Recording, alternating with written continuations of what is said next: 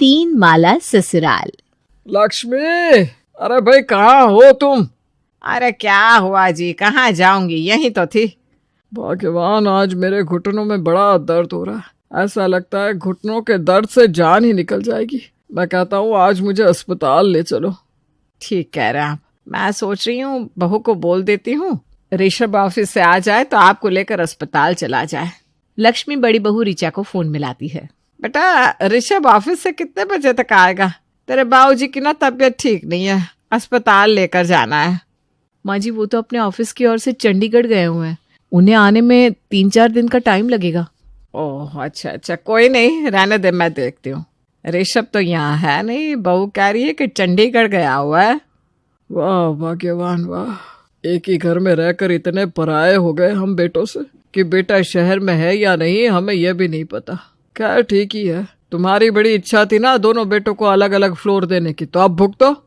अरे मुझे क्या पता था कि आपके दोनों बेटे इतने नालायक और खुदगर्ज निकलेंगे कि फ्लोर अलग होते ही अपने घोंसले ही अलग बसा लेंगे। कुछ साल पहले। भाग्यवान, देखो तो ये प्लॉट कैसा लग रहा है तुम्हें। देखो, मेरे रिटायरमेंट में 7-8 साल का समय बचा है। रिटायरमेंट से पहले ही अपने लिए एक अच्छा सा मकान तैयार कर लेते हैं जहां पर हम अपने दोनों बेटों के साथ सुकून से अपनी जिंदगी बिताएंगे। क्या कहती हो? इतनी जमीन में आराम से इतना बड़ा मकान बन जाएगा कि दोनों बेटों को एक एक कमरा देने के बाद सब कुछ अच्छे से तैयार हो जाए। कैसी बात करते हैं जी, कौन से जमाने में जी रहे हैं आप? इतनी बड़ी जमीन खरीदने की जरूरत क्या है? मैं तो कहती हूँ जमीन थोड़ी कम भी हो तो चलेगा, लेकिन उस पर 3 मंजिल होनी बहुत जरूरी है। एक मंजिल पर हम दोनों रहेंगे और एक मंजिल दोनों बेटों को दे देंगे। उनके पास भी अपना अपना फ्लोर होगा तो अपनी इच्छा से अपना घर सजाएंगे। क्या कहते हैं? तो तुम्हारा कहने का मतलब यह है कि शादी करते ही दोनों बेटों को अलग अलग गृहस्थी बसाने का गुरु ज्ञान दोगी तुम? अरे नहीं जी, आप तो बहुत ही पिछड़ी सोच वाले हैं। अलग अलग फ्लोर पर रहने का मतलब ये थोड़ी ना होता है कि बेटे हमसे अलग हो गए। और वैसे भी जब तक बच्चे मन से माँ बाप से जुड़े हैं ना, तब तक इस बात से कोई फर्क पड़ता ही नहीं कि वो एक घर में हमारे साथ रहे या अलग अलग फ्लोर पर। और हम आज के जमाने के मॉडर्न माँ बाप है। इस तरह से बेटे बहू पर 24 घंटे निगरानी रखना भी तो ठीक नहीं है ना। उन्हें थोड़ी प्राइवेसी देनी चाहिए। इसलिए मेरी सलाह तो यही है कि आप 3 मंजिला मकान बनाकर तैयार करवाइए और दोनों बेटों के लिए अलग अलग फ्लोर बनवा दीजिए। पत्नी के कहने पर नारायण 3 मंजिला मकान बनवा देता है और कुछ ही समय में शादी होकर बड़ी बहू नारायण और लक्ष्मी के घर आ जाती है। बहू, तुम्हारे घर से जो भी सामान आया है ना, आराम से ऊपर वाले फ्लोर पर सेट करवा लो। अपने फ्लोर को तुम अपनी मर्जी से सजाओ, जो मन करे वो खरीदो, जहां मन करे वहां से जाओ, हमें कोई आपत्ति नहीं है। देखो बेटा, हम समझते हैं कि नई नई शादी में हर दुल्हन की इच्छा होती है कि वो अपने घर परिवार को अपने अनुसार सजाए। यदि तुम्हें रहने के लिए अलग से फ्लोर नहीं देंगे तो तुम अपने मन का कुछ कर भी नहीं पाओगी। और वैसे भी सास ससुर का लिहाज भी तो होता ही है। तुम ऐसा करो, ऊपर की मंजिल पूरी तरह से तुम्हारी है। अपनी पसंद के पर्दे लाओ, दीवारों को भी जैसा मन करे वैसे रंग से रंगवाओ। ये मत समझना कि मुझे या तुम्हारे ससुर जी को इस बात से कोई भी आपत्ति होगी। लक्ष्मी की बात सुनकर बहू ऋचा बहुत खुश हो जाती है। अरे, लगता है सासू माँ और ससुर जी ऐसा चाहते ही नहीं कि मैं उनके साथ नीचे वाले फ्लोर पर रहकर उन्हें डिस्टर्ब करूं। इसीलिए शादी के बाद उन्होंने मुझे और ऋषभ को ऊपर वाले फ्लोर पर शिफ्ट करवा दिया है। वरना इतना बड़ा घर है, वो चाहती तो हमें भी नीचे किसी कमरे में रहने के लिए बोल सकती थी। ठीक है, जैसी उनकी इच्छा। और वैसे भी मेरे लिए तो इससे अच्छी बात और क्या हो सकती है कि मुझे सास ससुर की किचकिच से दूर सुकून से अपने फ्लोर पर रहने का मौका मिल रहा है। ऋचा और ऋषभ अब अधिकतर समय अपने ही फ्लोर पर बिताते थे। सिर्फ खाना बनाने के समय ऋचा नीचे आती। बेटा ऋचा, ऐसा करो, 8 बज रहे हैं, सबका खाना डाइनिंग टेबल पर लगा दो। तुम्हारे ससुर जी को 8 बजे तक खाना खाने की आदत है ना? मम्मी जी, आपका और पापा जी का खाना मैंने डाइनिंग टेबल पर लगा दिया है और राहुल भैया का खाना रसोई में ही ढक कर रखा है। वो ऑफिस से आएंगे तो आप उनको सर्व कर दीजिएगा। क्यों बेटा, ऋषभ को भूख नहीं है क्या? तुम लोग खाना नहीं खाओगे? नहीं बाबूजी, अपना खाना तो मैं पहले ही ऊपर पहुंचा चुकी हूँ। हम लोग ऊपर ही खाना खा लेंगे। और वैसे भी ना, हमें थोड़ा लेट खाना खाने की इच्छा होती है। ठीक है माँ जी, मैं चलती हूँ। क्या हुआ भाग्यवान, मुंह लटका कर क्यों खड़ी हो? चलो, भूख लगी थी ना तुम्हें, टेबल पर बैठो और खाना खाओ। नहीं जी, मुझे भूख नहीं है, आप खा लीजिए। अब यह सब कहने का कोई मतलब नहीं है, चुपचाप बैठकर खाना खाओ। तुम ही तो चाहती थी ना बेटे बहू को प्राइवेसी मिले। अब जब वो तुम्हारी दी हुई छूट का फायदा उठा रहे हैं तो तुम्हें तकलीफ क्यों हो रही है? इन सब बातों के लिए तुम्हें पहले से ही तैयार होना चाहिए था। चलो अब बिना बात अपना मन खराब मत करो और आराम से खाना खाओ। नारायण ने कह तो दिया था कि वो अपना मन खराब ना करे, लेकिन सच बात तो ये थी कि बेटे बहू का इस तरह अचानक अपना खाना अलग ले जाने की बात सुनकर नारायण को बड़ा धक्का सा लगा था। उनके परिवार का एक ही नियम था, बच्चे छोटे थे तब से, जब तक परिवार के सारे लोग आकर डाइनिंग टेबल पर एक साथ ना बैठ जाए तब तक खाना शुरू नहीं करते थे। सालों की बनी हुई इस परंपरा को यूं एक झटके में बिखरता देखना लक्ष्मी और नारायण दोनों के लिए कम तकलीफदेह नहीं था। कुछ दिन बाद, माँ क्या बात है, आजकल भैया नजर नहीं आते? ज्यादा बिजी रहने लगे हैं क्या? मुझे तो ऐसा लग रहा है मैंने 10 दिनों से शक्ल भी नहीं देखी उनकी। बेटा मुझे क्या पूछ रहा है, अपने भाई से ही पूछ ले। मैंने कौन सा 10 दिन से उसकी शक्ल देखी है। आजकल वो ऑफिस से आता है और सीधा अपने फ्लोर पर ही चला जाता है। बहू भी चाय कॉफी बनाकर सीधा उसके कमरे में ही ले जाती है। वही तो मैं पूछ रहा हूँ माँ, हमारे घर का तो नियम था ना, हम सब लोग डाइनिंग टेबल पर एक साथ बैठकर खाना खाया करते थे। फिर अब भाभी के आते ही ये नियम बदल कैसे गया? ठीक है पूरा दिन वो अपने कमरे में रहते हैं, शौक से रहे, लेकिन एक साथ बैठकर खाना तो खा ही सकते हैं ना। बेटा छोटी छोटी बातों का बतंगड़ बनाने से परिवार में फूट पड़ जाया करती है। जितना बातों को इग्नोर करो रिश्ते उतने ही लंबे चलते हैं। छोड़ तू खाना खा और आराम कर ले, ऑफिस से थक हार कर आया है। ये छोटी छोटी बातें तो परिवार में चलती रहती, तो बातों को मन से मत लगा बेटा। पिताजी के कहने पर राहुल चुप तो हो गया था, लेकिन भाई और भाभी का ये व्यवहार उसकी आंखों में खटक गया था। भाई भाभी तो जो कर रहे थे वो गलत था ही, लेकिन उसे सबसे ज्यादा तकलीफ इस बात की थी कि माँ बाबूजी भी उनकी गलत बात का विरोध नहीं कर रहे थे।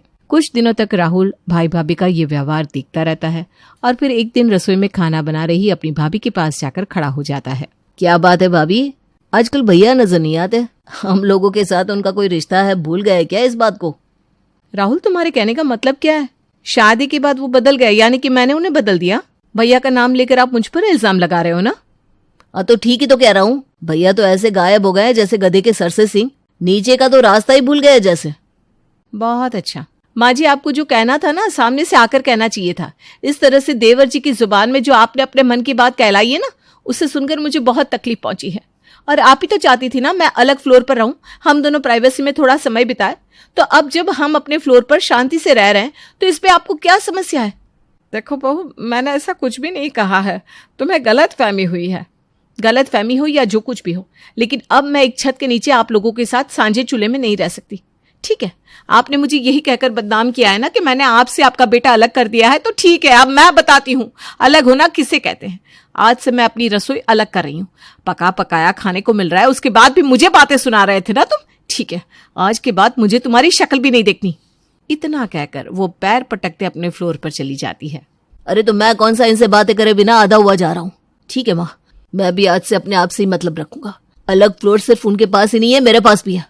लक्ष्मी समझ ही नहीं पा रही थी कि इस समय बहू को समझाए या बेटे को, इसलिए वो चुप रहने को ही सही समझती है और चुपचाप अपने कमरे में लौट जाती है। राहुल और ऋषभ दोनों ही अब सुबह ऑफिस के लिए निकलते और ऑफिस से लौटकर भी सीधा अपने फ्लोर पर ही चले जाते। ऋषभ तो शादीशुदा था। बहू ऋचा सुबह उठकर उसका नाश्ता बनाती और ऑफिस के लिए टिफिन पैक करके देती, लेकिन राहुल वो तो ऐसा खफा हुआ कि भाभी के हाथ का खाना न खाने की कसम खाकर उसने माँ के पास आकर बैठना और उसके हाथ का खाना खाना भी छोड़ दिया था। अरे भाग्यवान, ये राहुल आजकल सीधा ऊपर से ही ऑफिस के लिए निकल जाता है, चाय नाश्ता भी नहीं कर रहा है क्या? अगर यहाँ खाना नहीं खा रहा तो क्या पूरा पूरा दिन भूखा रहता है? क्या बताऊं, मेरा मन तो खुद यही सोच सोच कर दुखी रहता है कि पता नहीं किसकी काली नजर लगी मेरे हंसते खेलते परिवार को। यही दोनों भाई थे जो एक दूसरे के बिना निवाला तक मुंह में नहीं डालते थे, और आज वही दोनों भाई एक दूसरे का चेहरा ना देखना पड़े इसके लिए माँ बाप से भी मुंह मोड़ लिया है। मेरे तो घुटनों में दर्द है, मैं तो सीढ़ियाँ चढ़ नहीं सकता। तुम ही जाकर राहुल से पूछ कर आओ कि आखिर माता पिता से ऐसी कौन सी नाराजगी है कि वो चाय नाश्ता यहाँ तक कि रात का खाना खाना भी जरूरी नहीं समझ रहा। कहाँ खाता है, क्या करता है, मुझे तो कुछ समझ में नहीं आ रहा। पति की बात सुनकर लक्ष्मी किसी तरह अपने घुटनों को सहलाते हुए सेकंड फ्लोर पर पहुंचती है और राहुल का दरवाजा खटखटाती है। क्या बात है बेटा, तू ऊपर से ही सीधा ऑफिस के लिए निकल जाता है आजकल, चाय नाश्ते के लिए भी नीचे नहीं आता। मैं रोज तेरा टिफिन बना कर रखती हूँ। क्या हुआ, कोई नाराजगी है क्या मुझसे बेटा? कोई नाराजगी नहीं है मम, बस जरूरत नहीं पड़ रही। ऑफिस में कैंटीन है, चाय नाश्ता खाना सब मिल जाता है। रात में भी मैं ज्यादातर बाहर ही खाकर आ जाता हूँ, इसलिए आपको तकलीफ नहीं देता। और वैसे भी अब इस उम्र में इतना काम कहाँ हो पाता है आपसे। मेरी चिंता छोड़ दीजिए, मैं ठीक हूँ। अभी मुझे ऑफिस के लिए देर हो रही है, बाद में बात करता हूँ। इतना कहकर राहुल अपना बैग लेकर ऑफिस की तरफ निकल जाता है। धीरे धीरे वक्त गुजरने लगता है और घर में आई हुई ये दरार एक खाई का रूप ले लेती है। स्थिति अब ऐसी हो गई थी कि लक्ष्मी और नारायण को पता भी नहीं होता था कि बेटे कब घर से निकले और कब घर में लौटे। सीढ़ियों से चढ़कर कब वो अपने अपने फ्लोर पर जाकर सो जाते हैं, उन दोनों को पता भी नहीं लगता। वे सभी एक अजनबी का जीवन जी रहे थे मानो। राहुल के लिए मेरे मित्र श्याम ने अपनी बेटी का रिश्ता भेजा है। ऐसा करते हैं, इसकी शादी कर देते हैं। कम से कम कोई तो होगा जिसके साथ ये अपना सुख दुख बांटेगा। लक्ष्मी को नारायण की बात सही लगती है और इस तरह छोटी बहू मालती भी शादी करके परिवार में शामिल हो जाती है। माँ जी, खाने में क्या बनाना है? बेटा तो राहुल से ही पूछ ले, जो उसे पसंद हो वही बना लेना, हमसे पूछकर कोई फायदा नहीं। माँ जी, ये दो दो जगह किचन क्यों है? मैंने देखा कि हमारे फ्लोर पर भी किचन बना हुआ है। बेटा वो तुम्हारा किचन है, तुम्हें वहीं खाना बनाना है। बड़ी बहू अपने फ्लोर पर अलग बनाती है। और माँ जी आप लोग? हम अपना देख लेंगे बेटा, तुम परेशान ना हो। हमने तो अब उम्मीद ही छोड़ दी है कि कभी ये घर एक होगा, सब मिलकर हंसते मुस्कुराते साथ बैठकर खाना खाते। पर अब हमने अपनी किस्मत को स्वीकार कर लिया है। तुम भी खुशी खुशी अपनी पहली रसोई की रस्म करो और अपने नए जीवन की शुरुआत करो। माँ जी, घर में लोग ही कितने हैं जो 3 जगह चूल्हे जलाने की जरूरत पड़े। आज से हम अपना खाना नीचे ही बनाएंगे और यहीं आपके साथ बैठकर खाएंगे। ये कैसा परिवार हुआ कि सब अलग अलग खाओ, अलग अलग पकाओ। आप चिंता मत करो माँ जी, मैं सब ठीक कर दूंगी। दोपहर के समय, भाभी आज मैंने मटर पनीर बनाया था। माँ जी ने बताया आपको मटर पनीर बहुत पसंद है, तो मैं आपके लिए ले आई। इसकी कोई जरूरत नहीं है, मेरा उपवास है आज। लो तो क्या हुआ, आपने फ्रिज में रखकर कल खा लेना आप। अच्छा चलती हूँ मैं। इतने सालों में पहली बार अपनापन जताकर किसी ने रीचा से बात की थी, जो रीचा को बड़ा अटपटा सा लग रहा था। शाम के समय फिर से रीचा के दरवाजे की घंटी बजती है। भाभी थोड़ी शक्कर होगी क्या? वो माँ जी बाबूजी शक्कर खाते नहीं, इसलिए नीचे तो पूरा शक्कर का डब्बा ही खाली पड़ा हुआ है। हाँ तो बोल ना अपने पति को, लेता है। यहाँ क्या पूछ रही हो? भाभी इसलिए पूछ रही हूँ क्योंकि मैं आपका फेवरेट मूंग का हलवा बना रही हूँ और आपको भी खाने के लिए मिलने वाला है। मूंग की दाल के हलवे के नाम पर तो आप शक्कर दे ही सकते हैं, क्यों? बड़ी ढीढ़ है ये, कोई असर ही नहीं होता इसके ऊपर। अच्छा ठीक है, लाती हूँ मैं। लो और जान छोड़ो मेरी। मालती लगभग हर रोज किसी न किसी बहाने से जिठानी के दरवाजे पर दस्तक देती और फिर दोनों की बातें शुरू हो जाती। भाभी, अरे बाबा अब क्या चाहिए तुम्हें? हर रोज मांगने के लिए चली आती हो, पहले ही मेरा मूड खराब है। अरे नहीं, मैं तो बस आपके लिए ये नाश्ता लेकर आई थी। सोचा था दोनों साथ बैठकर खाएंगे, लेकिन आप थोड़ा नाराज लग रही हैं। कोई नहीं, मैं चलती हूँ। अच्छा सुनो, आओ बैठो, अब ले आई हो तो खा लेते हैं साथ में। मालती के अच्छे व्यवहार के कारण धीरे धीरे रीचा के मन में बरसों से पड़ी हुई गांठें भी खुलने लगती हैं। रीचा की 4थी सालगिरह थी और वो उदास मन से अपने फ्लोर पर बैठी पति के लौटने का इंतजार कर रही थी। कब लौटेंगे आप? आज के दिन भी मैं बस आपका इंतजार कर रही हूँ। पूरा जीवन लगता है ऐसे ही आपके इंतजार में ही बीत जाएगा। कितना सूना हो गया है हमारा घर, न कोई बात करने को है, न ही खास दिन मनाने को। भाभी आइए ना नीचे जरा, एक चीज दिखानी है आपको। मालती की बात सुनकर रीचा नीचे आती है तो नीचे का हुलिया देखकर हैरान रह जाती है। ये सब तुमने किया मालती? नहीं भाभी, ये सब तो मम्मी जी और पापा जी ने किया है। आप नीचे नहीं आती, लेकिन वो आज भी आपके लिए यहाँ पर आपकी एनिवर्सरी को मना रहे हैं। क्या? माँ जी मुझसे गलती हो गई, जो मैं आप दोनों का प्यार और आशीर्वाद छोड़कर ऊपर रहने चली गई। अलग रहकर मैंने जाना कि असली मजा तो सबके साथ आता है। मैं तो अपनी गलती समझ गई, लेकिन ऋषभ, उन्हें कौन समझाएगा? अगर आप कोशिश करेंगी तो भैया भी इनकार नहीं कर पाएंगे। ठीक है, मैं पूरी कोशिश करूंगी कि आज शाम को हम लोग अपनी एनिवर्सरी साथ में मनाएं। शाम के समय। क्या बात है, तुमने खाना नहीं बनाया क्या? हाँ, नहीं बनाया मैंने खाना, और आज के बाद मैं बनाऊंगी भी नहीं। दिमाग ठीक है ना तुम्हारा? कहना क्या चाहती हो? आज अपनी एनिवर्सरी के दिन तुमसे एक तोहफा चाहती हूँ, दोगे?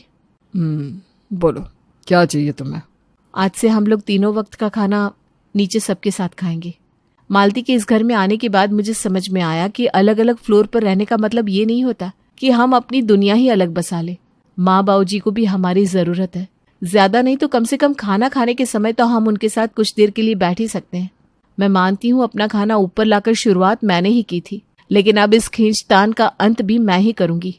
पत्नियों के समझाने पर दोनों भाइयों को अपनी गलती का एहसास होता है और वो वादा करते हैं कि आज के बाद घर में एक ही जगह खाना बनेगा और सभी लोग मिलजुल कर प्यार से एक ही टेबल पर बैठकर खाना खाएंगे।